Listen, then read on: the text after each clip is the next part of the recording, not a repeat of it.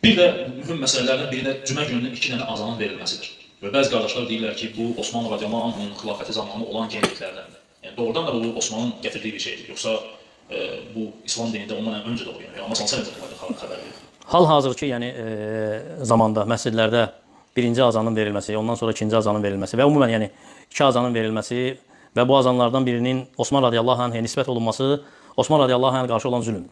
Bilmək lazımdır ki, Osman radiyallahu anh'u birinci azanı məsciddə verilməyib.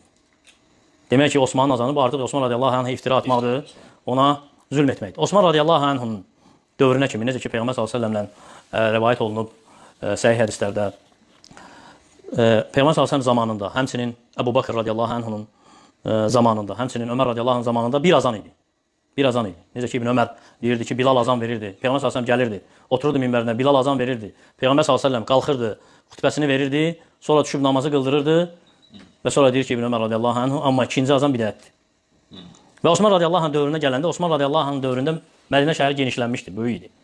Və məscidin çölündə verilən azan həmin ərazilərə çatmırdı. Ona görə Osman radiyallahu anhu əmr edir, bazar olur. Elə bir ki, şəhərin kənarına yaxın bir yerdə Zavra adlanan yer olur. Osman radiyallahu evinə yaxın bir yer olur. Əmr edir, namazdan bir müddət əvvəl orada azan verilir. Yəni səbəb nə olur? Səbəb azanın ora çatmaması. Amma hal-hazırki dövrdə səs gücləndiricilərin olduğuna görə həmin səbəb aradan qalxıb. Ona görə hökmü də itib.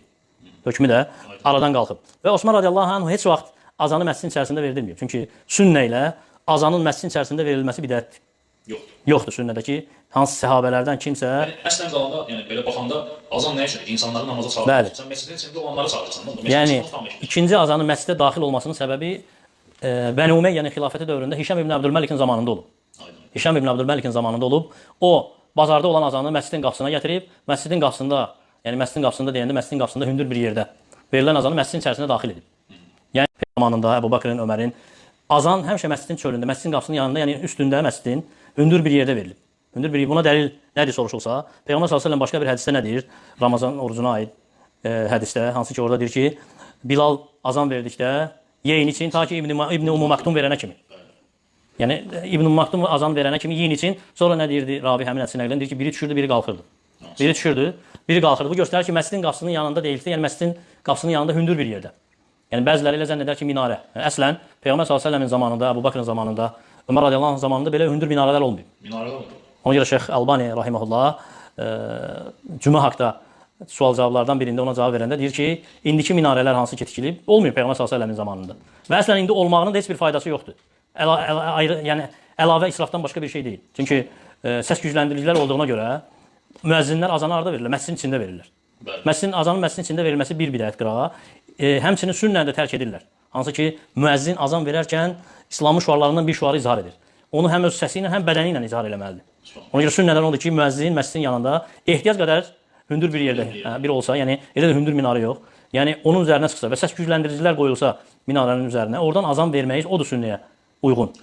Yəni ola bilər ki, səs gücləndiricilərin səsi kəsilsin, işıqlar sönə bilər, səs itə bilər, lakin öz bədəni ilə bu şüarı izhar eləməsi. Çünki artıq aşağıda mikrofonla azanın verilməsinin səbəbləri, gətirdiyi səbəblərdən biri də nədir?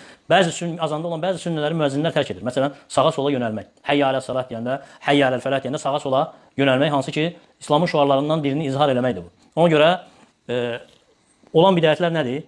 Osman radiyallahu anh'ın öz evinə yaxın bazarda verilən azanı Hişam ibn Abdülməlik məscidin qapısına daşıyıb. Məscidin qapısında olanı da məscidin içərisində daşıyıb.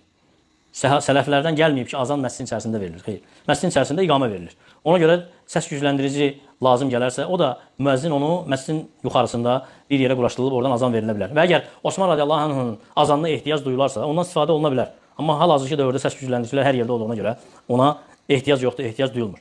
Bir şey də diqqətə çatdırım. Hişam ibn Abdülməlik baxmayaraq azanı gətirib məscidin qapısına və məscidin qapısında olan azanı məscidin içərisində daxil edib, həmin ərəfədə heç kim içəridə verilən azan və birinci azandan və ikinci azandan sonra və onun arasında qalxıb cümədən qabaq sünnə qılmayıb.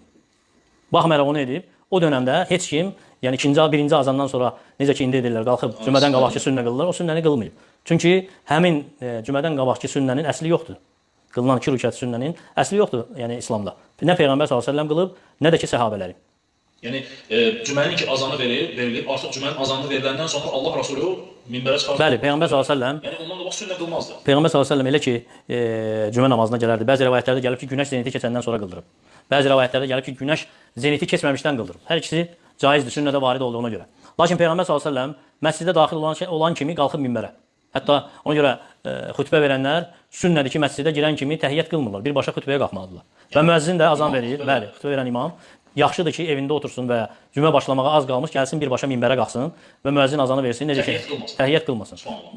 Və müəzzin azanı versin və xutbəyə başlasın. Amma qaldı ki, ibadət edənlər onlar cüməyə tez gəldikləri vaxt sünnədir ki, təhiyyət qılsınlar. Yəni Peyğəmbər sallallahu əleyhi və səlləmlə sabit olan odur ki, məscidə gələn, yəni imamdan qeyrisi, məmumlar məscidə daxil oldularsa, 2 rükət təhiyyət namazı qılıb otururlar. Yəni birinci azandan sonraki sünnətin əsli yoxdur. Lakin təhiyyət var. Girdi, qılıb oturur. Ona görə də hətta bəzi hədislərdə gəlir ki, Peyğəmbər sallallahu xutbə verərkən səhabələrdən biri daxil olur, oturur, Peyğəmbər sallallahu əleyhi və səlləm onu qaldırır. Deyir ki, dur, 2 rükət qıl, sonra otur. Və bəzi hədislərdə də gəlib ki, yəni cümə vaxtı lap tez gələrsə, istədiyi qədər nafilə ibadət qıla bilər. Yəni bunu belə aydınlaşdıraq ki, yəni dinləyicilər daha rahat başa düşsünlər. Yəni cümənin azanına qədər duhanı qıla bilərsən. Cümənin azanına qədər və etiqad edirik ki, cümə günü üçün bir azan var, 2 azan yoxdur. Cümənin azanına qədər Allahın yazdığı qədər ona istədiyi qədər nafilə ibadətini qıla bilər. Yəni cümənin ki azanı verildi. Cümənin azanı verdi, ondan sonra ibadət yoxdur. Və ya birinci azan adlı bir şey yoxdur. Yəni o dediyimiz kimi, açıqladığımız kimi Osman radiyallahu anhya nisbət olunan iftiradır. Hansı ki, Osman radiyallahu anh birinci azanı verməsinin səbəbi var idi. İnsanlara səsin çatmamağı idi. Amma səs çatır, artıq bu səbəb aradan qalxıb. Və istədiyi qədər namaz qıla bilərlər, xüsusiləşdirmədən cümə gününə aid. Necə ki, bəzi məzhəblər edir, 4 rükət cümədən qabaq qılırlar, yəni zöhrün sünnəsi kimi. Hətta bəziləri o dərəcədə ifrata varıblar ki, cümə namazını qılandan sonra qalxıb zöhr namazını da qılırlar.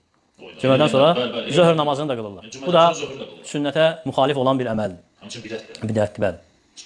Bəs onda cümədən sonra sünnət varmı? Cümədən sonra gəlib Peyğəmbər sallallahu əleyhi və səlləm qılıb sünnət 4 rükət, həmçinin 2 rükət. Əgər məsciddə qılacaqsansa, necə ki alimlər ayırır, deyir ki, məsciddə qılacaqsansa 4 rükət qılırsan. 2 rükət, sonra 2 rükət. Yox, məsciddə qılmayacaqsan. Çıxırsansa məsciddə, evində və ya iş yerində 2 rükət qılırsan. Və Şeyx Hüseymin deyir ki, cəm edə bilərsən. 4 məsciddə qılıb, 2 də sonra evində qılıb, yəni 6 rükət də edə bilərsən. Bu Şeyx Hüseyminin rahiməllahın rəyidir. Aydın. Elhamdülillah ki, nə ki doğrudan da yəni sünnəyə uyğunsa və nə ki sünnəyə uyğun edilirsə, onda gözəllik və bərəkət var. Şək yoxdur. Ona görə sələflər nə deyir? Deyir, bütün xeyir sələflərə tabe olmaqdadır. Bütün şər isə xələflərə, yəni sonradan gələnlərin etdiyi bidətlərə tabe olmaqdadır.